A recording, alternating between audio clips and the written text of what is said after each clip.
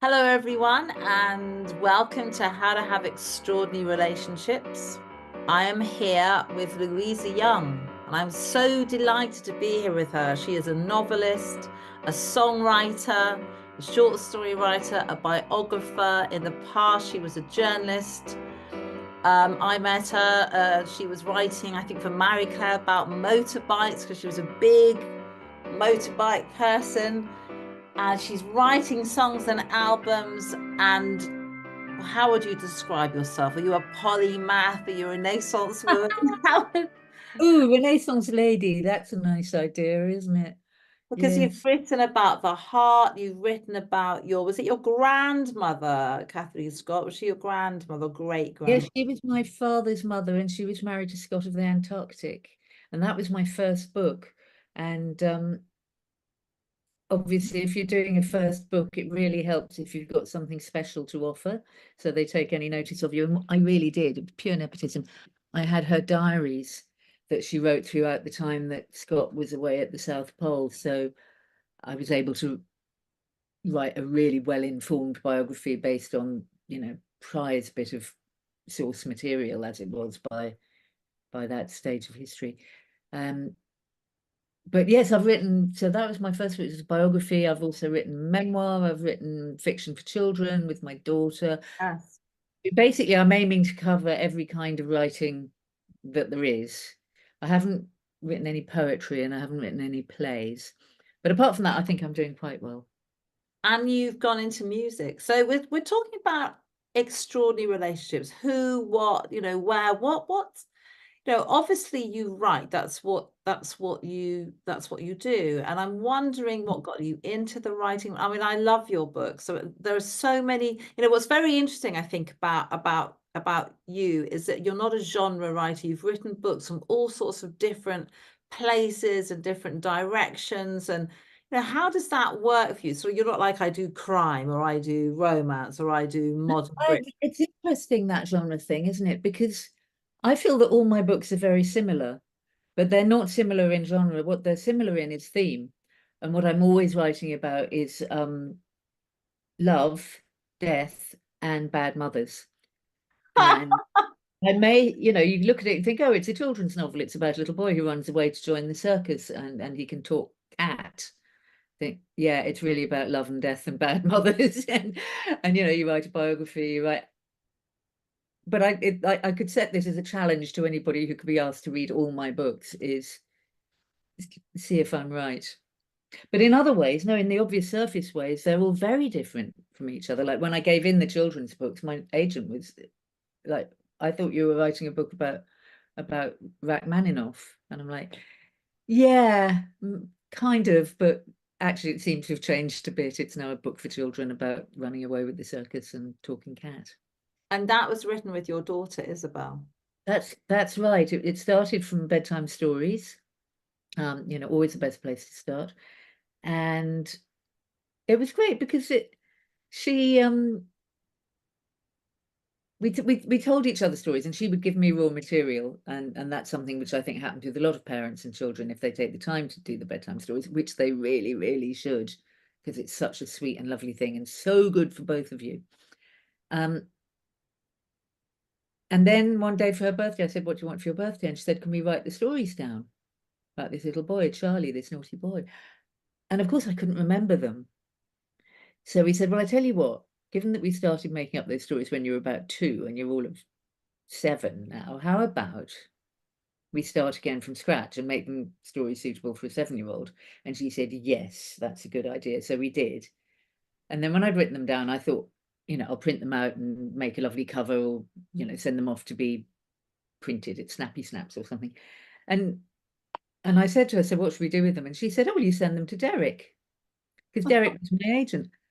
And she knew at 7 that when mummy finishes writing something, she sends it to Derek. That is the process of human life. And so I sent it to Derek, and this is why he was rather surprised to get the book. I don't do children's literature, but let's give it a go. Yes. And to be honest, I mean, talking about relationships, that was such a lovely thing to do as parent and child, because when they did come out and they were published abroad and so on, and so she and I were able to go off on little book tours together. We went to Japan We went to Argentina and Yeah. in this hotel where they had a swimming pool in the sort of breakfast area, or possibly they had breakfast in the swimming pool. But, you know, that's hilarious when you're 9. It's hilarious when you're 45 as well. But it meant that we had this whole adventure, this really big, good adventure together. So those books, the Lion Boy, they really took off, didn't they? So I'm just thinking about your books. Tell me about being a writer, because the little I know about being a journalist and a bit about being an author. But you know, the fear of when it's coming out and no one's going to buy it, so I'm not going to get commissioned to write another book, and this is what I do, and this is who I am. I mean, how have you dealt with all that? I mean, I don't know if that's how it's felt for you. Some books have taken off, some books haven't. I mean, how has it been? Yeah, it's, you just don't know. And you have to acknowledge that you don't know all kinds of things when you're leading any kind of freelance life, any kind of creative life. You know, nobody's, you know, saying, I'm going to jump off this cliff unless I get another Louisa Young novel. You know, nobody cares. And I care about two things. One is making a living and having, you know, the journalism as a, you know, a fallback, not even a fallback, because you know, if once you're away from journalism, you can't just slot back into it as if nothing's happened. Everything happened, especially in the past 30 years, 40 years, which has been my professional lifetime. Such change. Well, you've seen it as well. Yes, And I indeed. don't think people can make a living as a freelance journalist No, now. no. And we certainly could back then. But the point is just that you're not secure. You're as good as the last thing that you did. You have to be really patient, have a lot of hooks out there, and concentrate on creating as best you can. Really, just your job is to be good at what you do, which is writing. Because nowadays we're expected to be our own publicists and our own editors and our own Twitter feed and our own everything. And I hate all that. I don't want to do that. If I wanted to be a publisher, I'd be a publisher. And if I wanted to be an editor, I'd be an editor. And, you know, with any luck, I'd be good enough to be able to do it. But that's not what I do. What I do is the stuff on which this whole industry is built. And when I watch a film or read a novel or a work of non-fiction, of history, whatever it may be, it's the writers that do the thing. And the writers are the only ones who are not on a day rate. They don't have a job. They don't have a wage. They don't have a scale of promotion and health insurance and a company car or pension or all that stuff. So you're a little one-person industry all on your own, and you've got to take care of everything. And then they send you invoices saying, you know, our system can't deal with blah, blah, or blah, and you have to do this, that, or the other. And I just write back, you know, universities are terrible about this. You get these 12-page documents that you have to sign before they'll deign to give you the 15 quid an hour or whatever it is that they're paying you. And you have to spend another 2 hours working out how to do it. And you only went and did one talk for them anyway, because somebody was pregnant. So now I just say, I'm sorry, my IT department is not prepared to deal with that. Oh, that's very funny. IT department, it's me. And so, no, I'm going to send you an invoice like I would have in 1984, and you can blooming well send me the 30 quid, you know, by check or by carrier pigeon. There's so much change, and it's so easy to get distracted. So I would say that the point about writing, about being a writer, is that you have to be able to block everything off so you can get the silence, so that you can hear the voices in your head, and so that you can concentrate on your own work. And if you can't concentrate and find that circumstance where you can, you know, those conditions where you can concentrate, then you're going to be in big trouble. So I think it's very hard for the youngsters. Very Yes, hard. really hard. What it sounds like a very solitary life, but what do you like about it? I mean, when you know, when did writing come to you? Because I know journalists morph quite often into writers. Yeah. I mean, they are writers.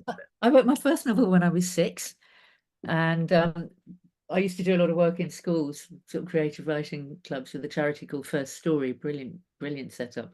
So they put extracurricular creative writing classes into schools that don't have them because they don't have the budget, or, you know, the Wonderful, yeah. possibility. Mm. Great outfit.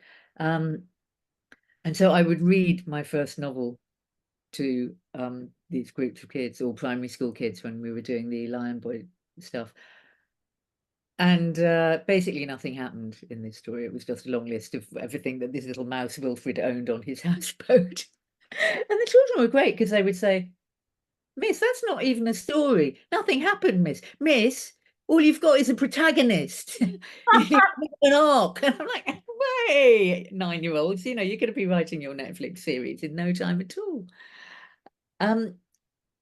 So, but I never thought I had anything to say. So, like a lot of youngsters think, first go out and lead your life. There was this woman on the radio yesterday, quite young, and it was in that program where they do like professors and students and they get asked questions about the topic. Mm. So this young student of creative writing was saying, you know, the presenter was saying, so what's your career plan, young lady? And she said, well, first I'm going to do something really interesting, like be a detective. And then when I've done that for 10 or 15 years, I'll have lots of raw material and I'll go off and become a detective novelist. And that was her plan. Like, good for you. I never had anything that organized.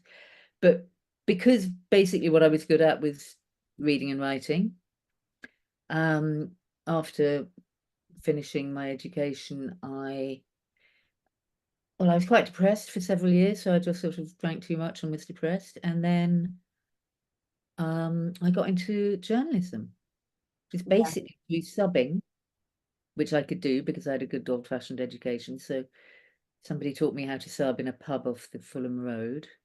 And then I claimed to know what subbing was and how to do it. And evidently I knew enough to be able, by the time they realized I'd not done it before, I was doing it well enough. And then I did the same thing with writing. I kept saying, oh yes, I've written about this for such and such a publication, but it hasn't come out yet. Because you remember there were 3-month lead times in those days. Yes, that's right. Yes, you'd have to write Christmas copy in sort of July. So I was saying, oh, I've got a piece coming out in blah. And they'd say, oh, okay, you know, well, can you show it to us? And I'd show them a piece which was not about to come out in blah and was never going to be published, but they could see that actually I was quite good. So they'd say, oh, well, like, can you do that? So once you've done that for a month or two, and that just took sheer gall and stupidity, then I was in a position where I could sub, and I was working on magazines, going to different magazines, and I could write, and then I was being published, and then I could present people with my cuttings book, and they'd say, oh yeah, okay, she's not an idiot, she can do this. So that was that was the start of my brilliant career as a journalist. And then when I got pregnant, and I realized that actually if I wrote a book, I could stay in one place and, you know, rock the cradle with my toe while writing my book. And I couldn't go running around all over the place like I was doing when we met in Peru. Though actually my baby was a year old when Yes, I was about to say Isabella being born when we met. Yeah, that was how I weaned her. And the reason why I thought I should go to Peru, this was the reason I gave myself, apart from obviously wanting to go to Peru, was I said that I didn't want her growing up to think that she came from a line of women who wouldn't go to Peru when they got the chance. Well, yeah. And she knows the story. That's a pretty good quote. That's a pretty good quote. I mean, we weren't there for like a year. We were there for like a week or something. It wasn't like you were disappearing forever. You weren't being a bad mother. It was 10 days or something. 10 days. And do you remember there were all those mortar bombs on the roof of Terminal? I do. It was very scary. We got stuck inside. See, that was another moment, because then I remember that just gradually we saw all the flights were being cancelled, and we were in the terminal and we were like, what's going on? But no, and then there was sort of, you know, blokes in uniform scurrying around, but nobody would tell us anything. And so what I did was I found the phone box, because obviously no mobiles. Yes. And I rang the home desk at the Sunday Times, because I was working for them at the time. And I said, listen, I'm in Heathrow at Terminal 4. You know, it's Louisa here, sub from the books section. Terminal 4. And they said, you're in Terminal 4 at Heathrow? And I'm like, yes. And they said, oh, wow. So tell us, what's going on with the IRA mortar bombs on the roof? And I'm like, oh, is that what it is? Because they're not telling us. So I was kind of doing this fantastically, you know, glamorous, important reporter on the scene, you know, they're taking down my copy and they ring the copy takers and blah, blah, blah. I mean, they didn't use anything I said, maybe some of the quotes, but I didn't really get any good quotes because nobody knew what was happening. So it was just people saying, I don't know what's happening. But that was quite exciting. Did make me miss the journalistic world, but my journalistic world was never that exciting, never that interesting. So you went to Cambridge, didn't you? But then when you graduated, you had a period of depression. Is that Yeah, about love, death, and bad mothers, or yeah. I mean, my mother wasn't bad. She was, she lost her own mother when she was 6 in a particularly traumatic way, which meant that she had issues of her own, which with that generation, it wasn't automatically addressed. There was, she never really found a way to deal with it in the way that might have been more helpful for all of us and for her in particular. But yeah, looking back, I think I was depressed. I mean, I was seeing a shrink and on Prozac, so presumably there was something wrong. That was for pretty early on for Prozac, wasn't it? Yeah. Maybe I was on Prozac a bit later. And Anyway, someone said to go and get some antidepressants and see a therapist. Was it helpful? Was thinking about the world of therapy, which I'm at in? that stage, no, I don't think it was. But later on, therapy was incredibly helpful for me. I did cognitive behavioral therapy and it was brilliant. But actually, the thing that was most help was there's a friend of mine who was just hilarious and he just had such a lovely time. And he was such a cheerful person. And I just remember him round at my mum and dad's house. And he came in for the first time to our house. It was a really nice house, really lovely. And he just walked in and kind of looked around and threw himself on the sofa and kicked his little legs in the air and said, "Isn't life great?" And I was sort of looking at him with all my, existential despair. And I thought, fuck me, that is an amazing attitude. Because I spent my whole time with, sort of intellectual people who drank too much and worried about politics and all that. And then this guy was just like, "Isn't it great?" And it was really a kind of scales falling from the eyes moment. And I looked around and I thought, actually, he's really got a point, He's got a point. Yes. Not that is marvelous. And the other thing that came through at around the same time, so that was when I was about 28, 29, was that my being completely miserable about everything really didn't help. Didn't help me, didn't help my friends, didn't help my family, didn't help, the starving poor or the oppressed minorities or majorities or anything. Didn't help the ozone layer, didn't help South Africa. That actually it was just a complete and utter bloody waste of time of this little window of consciousness that we have. Yes. That I should stop being so boring. That's And a really wasting. valid point. Yeah.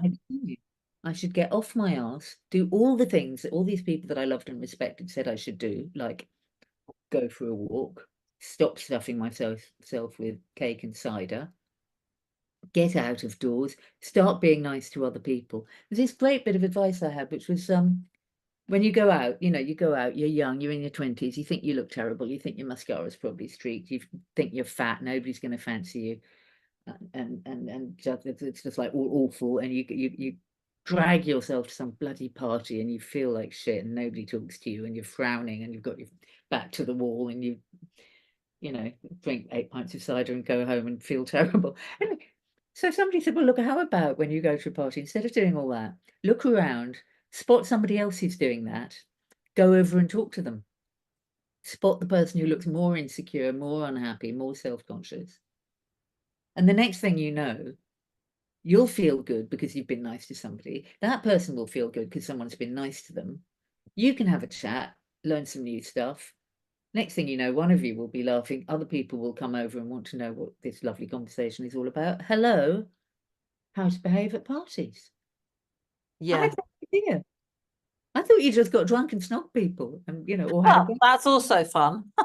Well, it can be. Or it used, well, depends who you're stalking. No, I love that, just, But it's just true. Stop thinking about yourself. yeah. Think about the other person. Don't just sit there thinking about how terrible it must be to be them. Go out and give them a cup of tea or, help them or ask them for help because that's even better. People love being asked for help. Yes, they do. They love it. And that But way, it gives someone a that role, it gives them something to do. Yes. Yeah. So all that stuff, which suddenly landed on me, I don't know why I hadn't noticed it before, because it's clearly, you know, it had always been out there. Suddenly it got through my thick head, and life became very, very much nicer. So you went and talked to people at parties. You imagined this man kicking off his boots, going, "Isn't life great?" Yes, exactly. So what I love about your books is you've just very, in my mind, I can almost see this man kicking off his boots and saying that. You paint, you create incredibly believable characters. What I mean by that is when I read your books, I don't think, oh, look, this is Louisa writing a book, which I do with other books. I'm in it.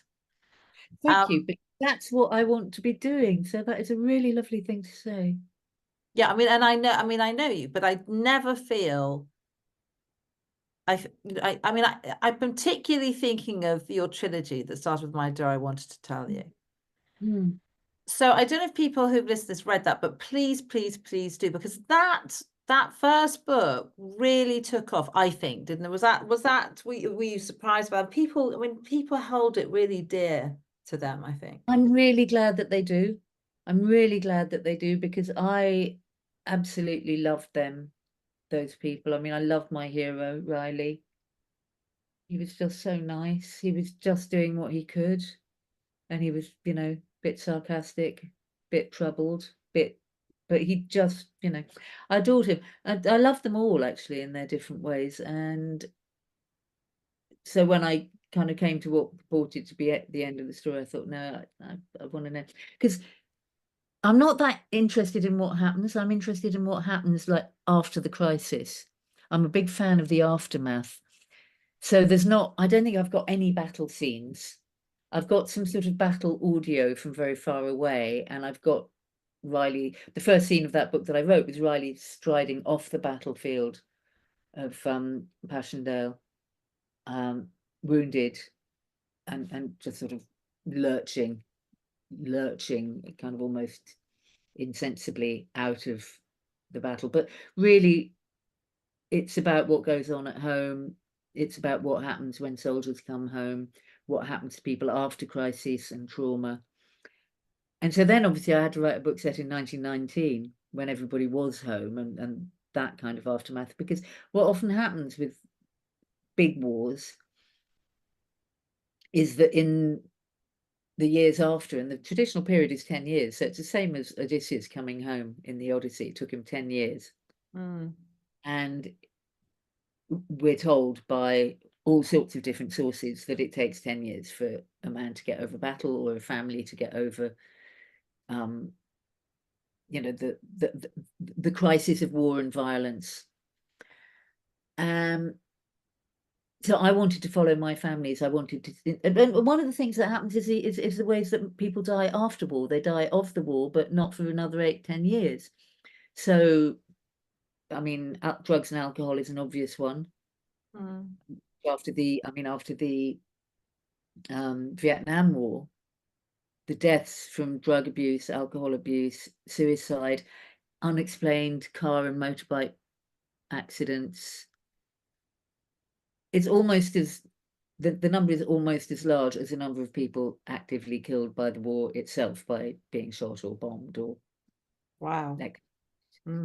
That is a whole different thing to scale into the damage caused by violent behavior. And I mean, I don't know if you've ever been involved in physical violence. I have once or twice, and it absolutely, physically, as well as mentally and emotionally and intellectually, it just, it's so huge. Your body is taking on all the emotion, and you've got, well, now we know you've got all your adrenaline and your fight or flight or freeze or placate, all the stuff that's going on, the chemical stuff in the body. But it's so extreme. So that's why I wanted to continue with those people. I brought them up actually to the end of to 1939. That's the other thing you forget, is it was only 20 years between the end of the First War and the beginning of the Second. And 20 years ago, that's 2004. Yes. Yesterday, when you're our age. I Yes. mean, obviously, if you're 20, it's a bit different, but 20 years, no time at all. So that century, you know, that first half of the 20th century that you and I were born into the aftermath of, yeah, I wonder our parents were all a bit fucked up. Yes. How to say that on your podcast? Should I say it all? Ah, Yeah, well, yeah. So, and when you put your characters through things, I think it's quite nice to not leave them, just dump them in some state of trauma. Or so many genre books where the whole point is about the adventure, the excitement, the adventure, the damage, ba-dang, the end. And you know perfectly well that all those people, it's going to take them 20 years to come to terms with stuff and to think about it and to heal and to forgive each other and to forgive themselves. And that's the bit, that human area is what I find really interesting. I mean, you and I were talking today, you know, just after there's been all these riots on the streets. And you just know that there are young lads out there who are even today looking at what they did last week and thinking, oh, fuck. yeah. And, you know, the first sentences came in today, like a week after the thing, and these people will be in prison tonight. It's just such a great way to really ruin everything, to run away with that violence and just not perceive the long effect. So easy to chop a tree down, you know, take 300 years to grow one, and then you can just cut it down with one chainsaw over an hour or however long it takes. It's It's terrifying. it's like, as you know, I've been talking to lots of about sliding doors moments. It's not quite that, but it's sort of like, do I go, you know, it's almost, it's like, it's a choice. Do I go with the mob rule or not? But it doesn't feel like a choice because you've gone. I mean, I'm not Well, a yeah, boy because full of I think testosterone who's smashing up stuff. no, but it's that tribal thing, and I think we all understand that, you know, if your family and your people in your neighborhood and your pals are all going along with something saying, yeah, you know what, you know, Farage has got a point and it's been too much and we haven't got any money and why do we have to go to the food bank, or, you know, all those genuine social, you know, there's lots of genuine social problems which need addressing. Yes. But it seems to me it's like with Brexit, you know, they're shooting the wrong overlord. Yes. But seriously, it's not the point of the refugee family in the cheap hotel down the road. They didn't invent the world. They didn't invent the political systems that have ended up with them in this really not very enviable situation. So why aren't those people going and mobbing trillionaires who don't pay their tax, or politicians who invented the system in the first place or failed to deal with the problems? Because they could actually do something about it. So I'm feeling slightly desperate about humanity today. But then you see all the lovely people doing brilliant things to resist this sort of chaotic tribalism that's going on.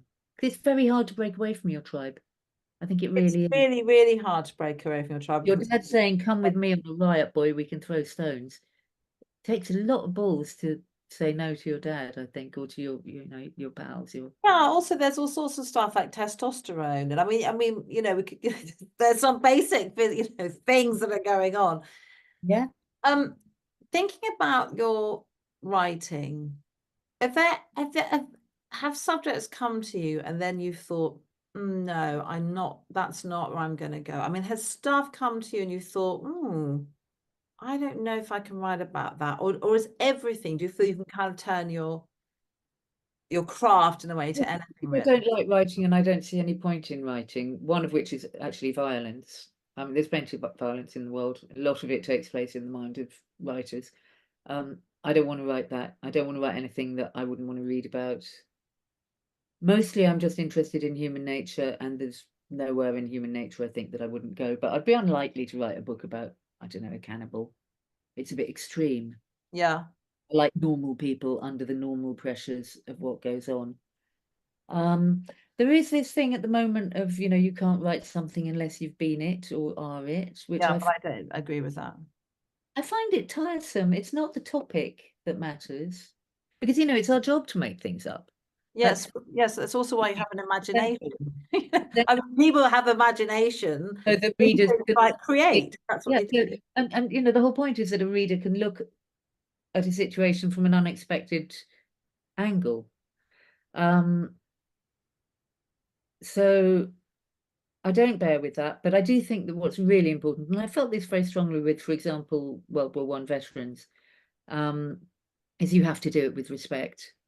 You have to make every effort to know and understand what you're writing about. And if you're, well, the classic thing is to, write a character of color if you're not of color. Well, that doesn't bother me individually, because having grown an actual human being of color inside my own body, and given, I feel I'm allowed to make fictional ones if I can make real ones.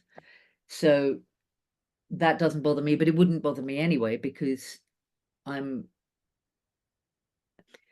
it's not about the topic, it's about the approach. And if you go into a character or a subject or an area of life in an arrogant manner, or a cynical manner, or oh, I can do this, I know everything, and I'm just going to use this for my own benefit way, then you're not going to be writing well.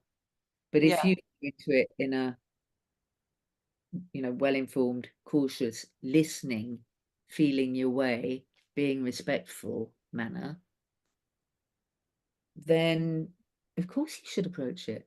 You should approach everything.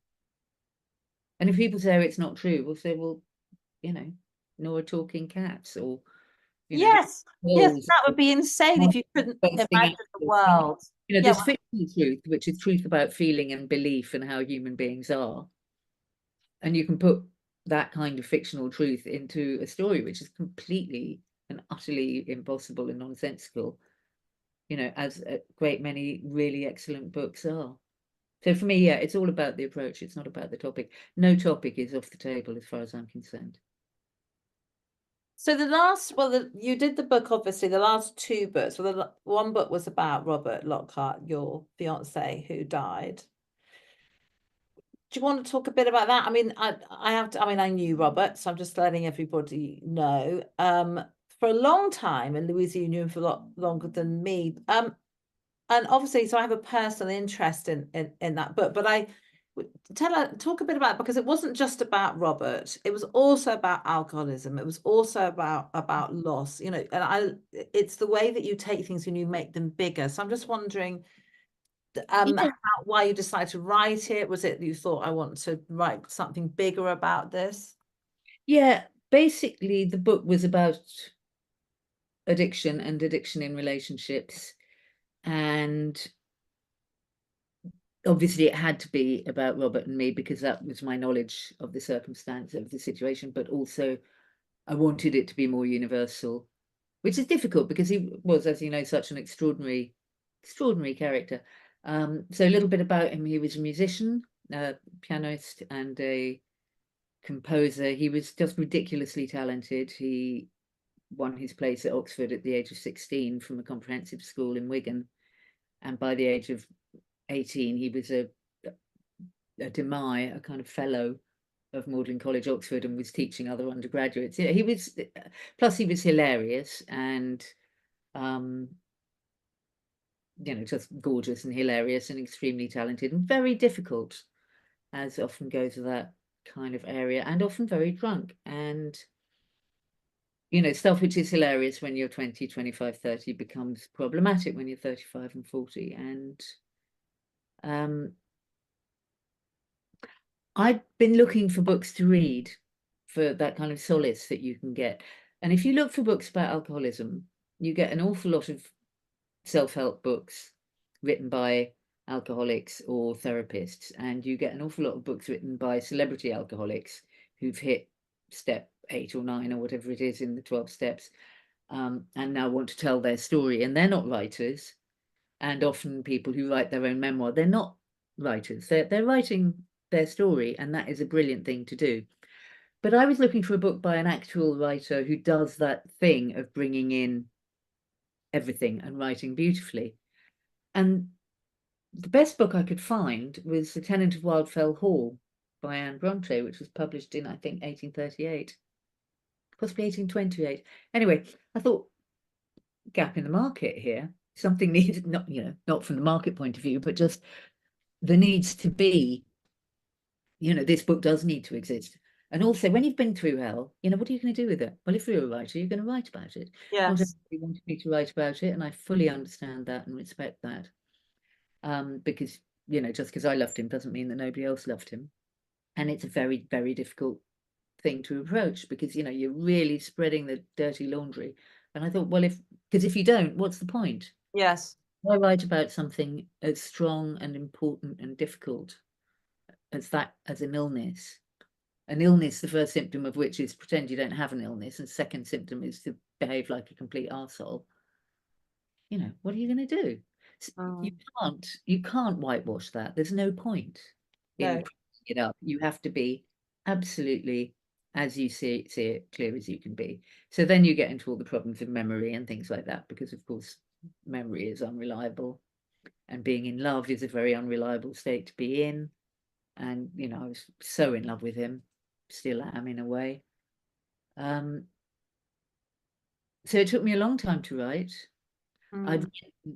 I'd always written about him. I'd always written diaries about him and things because I always found him absolutely fascinating and adorable. And you know, people said, "Oh, you write conversations. You've obviously just made it up." And I, no. This is how writers work. They write things down all the time. So I had like pages of notebooks and pages in my laptop of where I'd sort of, you know, notes about what happened today and the conversation we had and the argument we had and what the doctor said and what he said. And, you know, I had all that. And it was Robert himself who said I wouldn't be able to write the book until he was dead. And he was right. And He knew you wanted to write a book. Oh, he knew I was writing about him. He thought it was great. He'd say this. He loved it. He loved it. Of course he did. I'm writing about him all the time. But also the other thing which was odd was that he didn't properly die for me until I'd written the book. Wow. Because there was something finalizing. Now they talk about writing as therapy, and it is, and it should be, and it's a very, very good thing to do.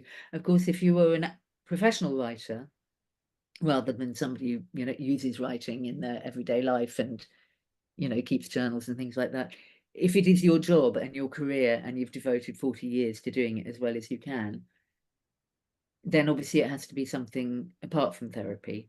And people would say to me, "Oh my God, the book's so raw." And I'm like, yeah, you should have seen it before the 3 years I spent perfecting it. Yeah, took a lot of work to hold it together and keep those raw edges so that it spoke directly. And I get messages every week from people saying, you know, thank you for the book, and that book really touched me. And my favorite ones are ones where they say, because of reading your book, I really understand a lot better now what's been going on, and I've been able to talk to X, and I've been able to talk to Y, and my kids have now agreed to talk to their father again. And wow. Yeah, it's a big that thing. to me is like, yeah, okay, it's That's worth it. very moving. It is. It is.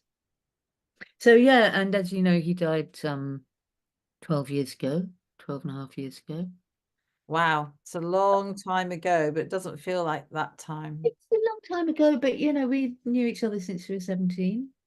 And so there is still a great big, you know, kind of gap. But 2 years after he died, I was off doing my job at a literary festival, and I did my thing in the afternoon. And in the evening, there was a novelist who I admire who was doing his thing at the literary festival. And I knew that his wife had just died, like literally a couple of months earlier. And I went to his thing thinking, you know, this is going to be quite strong because, you know, widowhood is a very strong thing. And there he was on stage with his hair standing on end, doing his, you know, reading from his novel, and there was some avant-garde music and some projections on the back of the stage. And then he read some poems that he'd written about her illness and her death. And I was like, oh my God, what is he doing out? Where are his friends? You know, what's going on? You know, literally looking in the audience thinking, you know, who is it who's doing that thing of like holding the guy line to him to help him keep upright? And I couldn't see anybody. And I just, no, this is no good. This is no good. Look at him. You could just see it pouring off him. Mm. So I sent an email to him. I mean, we spoke a bit in the green room and that, but I sent an email to him, care of the festival, just sort of, you know, widow to widow, here are my two little, for what it's worth, tuppence worth of advice.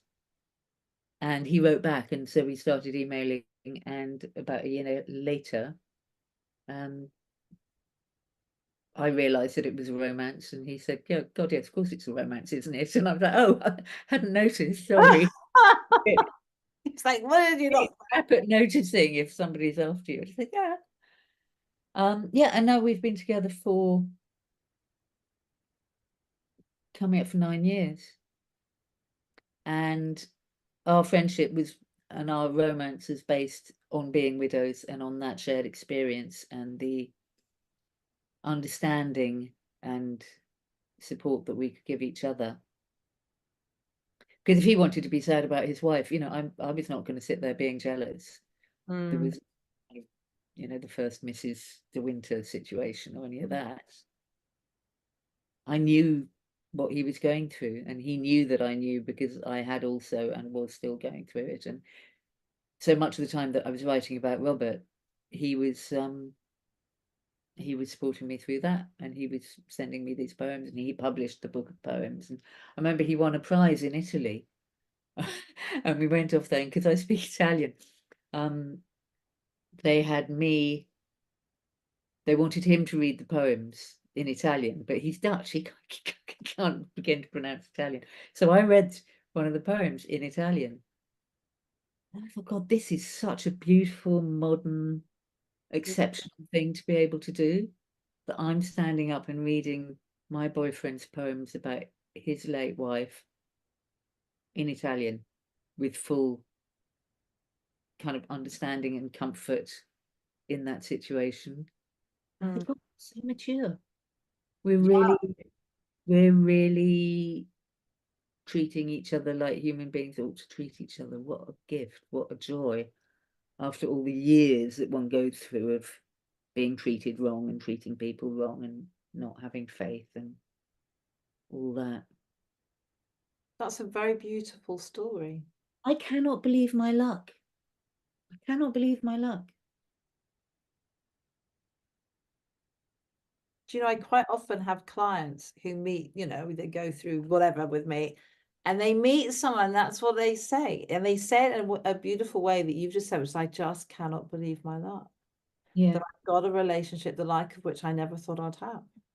Well, a friend of mine, and of Robert's, and in fact Michelle's, said that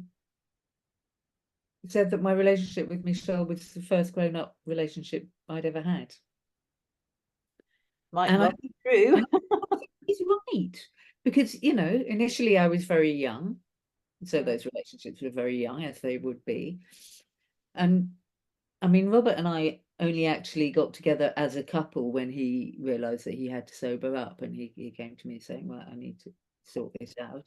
I'm going to do it. And I said, well, I'm right here, babe.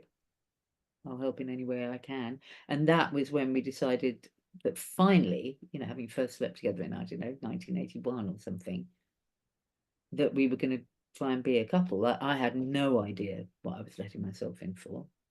No idea. I said, I'll give it a year. So in the end, it took 5 years for him to sober up, and he did sober up. But then 2 years later, he got cancer, which was obviously related to all the drinking and smoking. And then he recovered from the cancer, but then he still managed to die of it all. It's in the book. So, you know, he put himself through the mill, and, you know, he put everyone through the mill, and everyone went through the mill for him, because, you know, because he was very, very beloved, as you know. But God, to come into a relationship where actually you just like talk to each other and make sense, and you haven't got this gobbling demon hiding behind every corner, waiting to come out and just fuck the whole thing over. I mean, addiction is, I don't know, I mean, I just had this absolute compulsion that I was not going to leave him alone in it. I wasn't going to let it eat me, but I wasn't going to walk away from it. if he stuck in that hole, I was not going to get down in the hole with him. And I wasn't going to stand there holding the ladder for him. I was going to put the ladder there and saying, I'm up here, you know where I am, you can come and get me. Mm.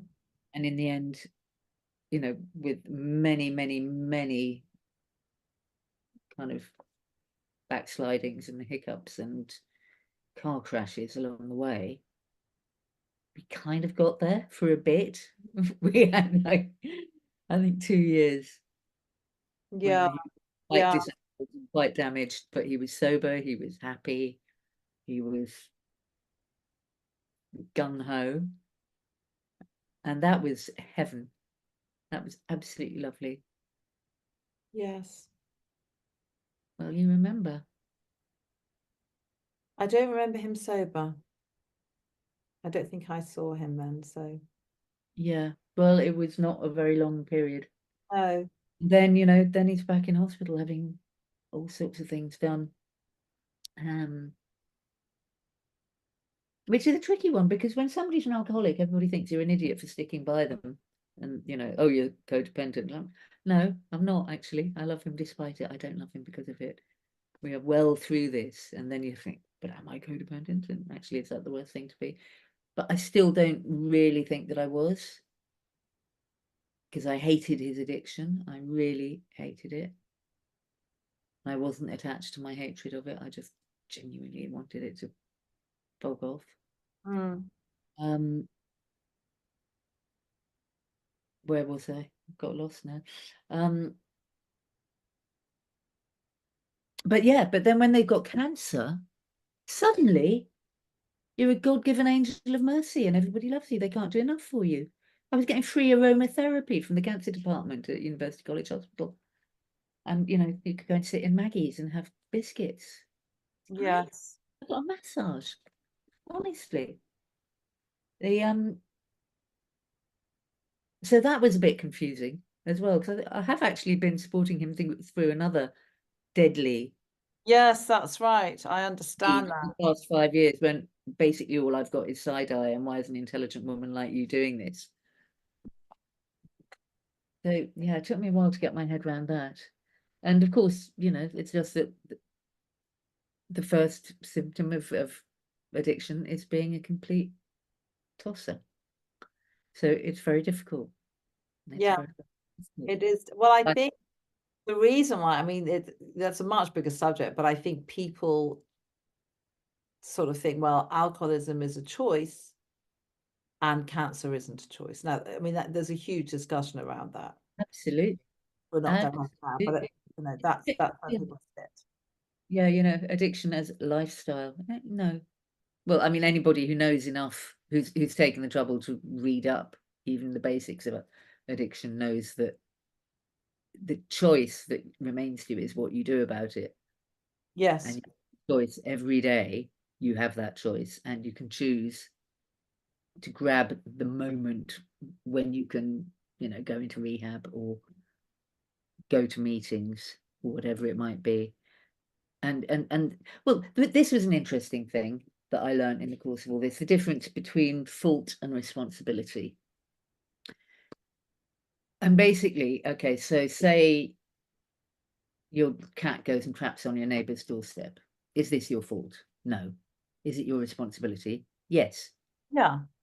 Yeah. So you go and clean up after your cat because you are responsible for your cat, but it Yeah. doesn't mean it's your fault.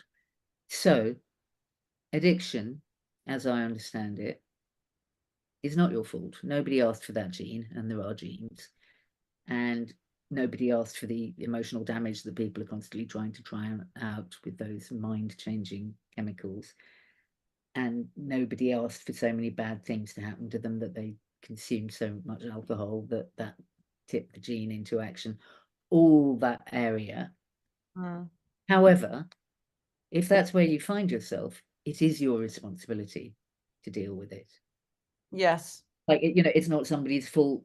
All kinds of things are not somebody's fault, but are their responsibility. And I think when Robert got his head around that and explained that to me, Yes. then I realized, yes, of course, this is why I had to not clear up after him, and why there are occasions where you have to turn your back, and the whole tough love thing. Unconditional love but tough. Yes. I love you so much that I'm going to leave you semi-comatose in the pouring rain on my garden path. I'm going to shut my front door to my nice cozy home because you are not coming in because you are drunk, and that's what I said, and I'm going to stick to what I said. So everything is counterintuitive. You love somebody, you want to look after them, you want to make sure that they've got something to eat, you want to let them into your warm home, you want to be nice to them, and you have to not do any of that, because the only way they can learn that it's their responsibility is when they wake up freezing cold on the doorstep. If they wake up snug in your bed, they say, well, where's the problem? There is no problem. Yes, that's very true. And that, oh my God, that is exhausting. Into anybody, if there's anyone listening who's in that situation, my heart bloody goes out to them. Because that was the other thing about books, that the books about addiction tend to be by doctors or by addicts or by therapists. And I hadn't often seen it looked at from the point of view of the person who loves them. No. And I can't, there's not addiction in my family. So, I can't speak as a sibling or a parent or a child of an addict. But that thing of, friend or lover of an addict, I mean, bloody hell, we've all been there by now. There's just so much of it and so much damage caused by it. And I think we're all shaped by it. Yes.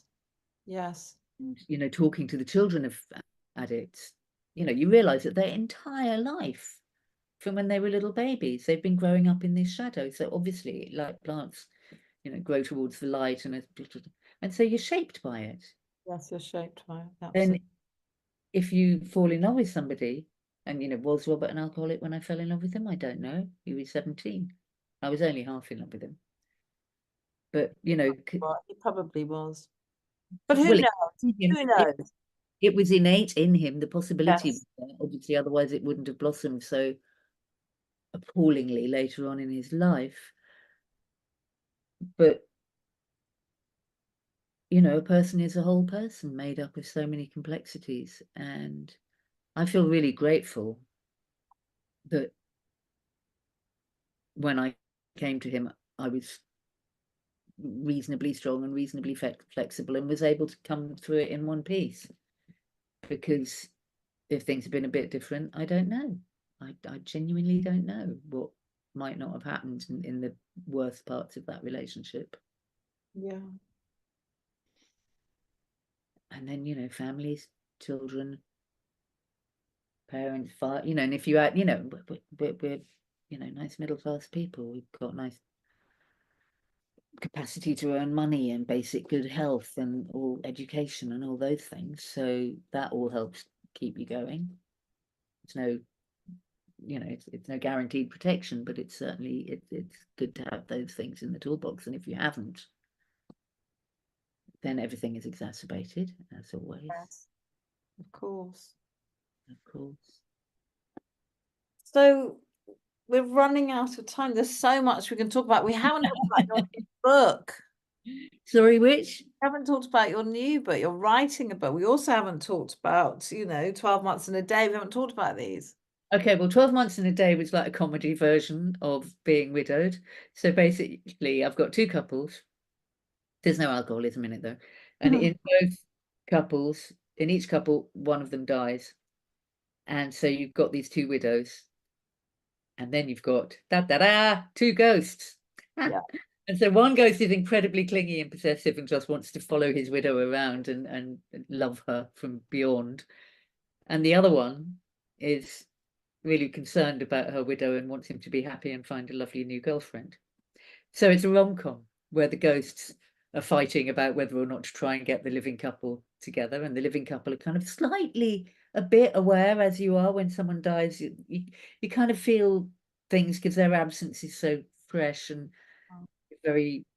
Anyway, so it's a rom-com of the ghosty matchmakers trying to get the living young widows together. And my new project is an incredibly exciting and brilliant and funny and amazing new thing, which I've just started, which I'm not going to tell you about because it's too much. But it's really exciting. Great. That sounds brilliant. There's so much more we could talk about. And thank you so much for being so open and honest about. No point doing it if you're not going to. I love it. Love, Death, and Bad Mothers. Yes. It's a great. I'm going to think about your books with that in. Yeah, I mean, it's probably right. It's probably true. Title as well, wouldn't it? Yes, it is. Well, thank you very much for trademark that right now. That's Louisa's. Don't nick it, anyone. Yeah, no copyright in titles though. So help yourselves, guys. What can I say? Oh. But listen, thank you very much for inviting me on. It's been really interesting and lovely to see you. Thank you so much for being here.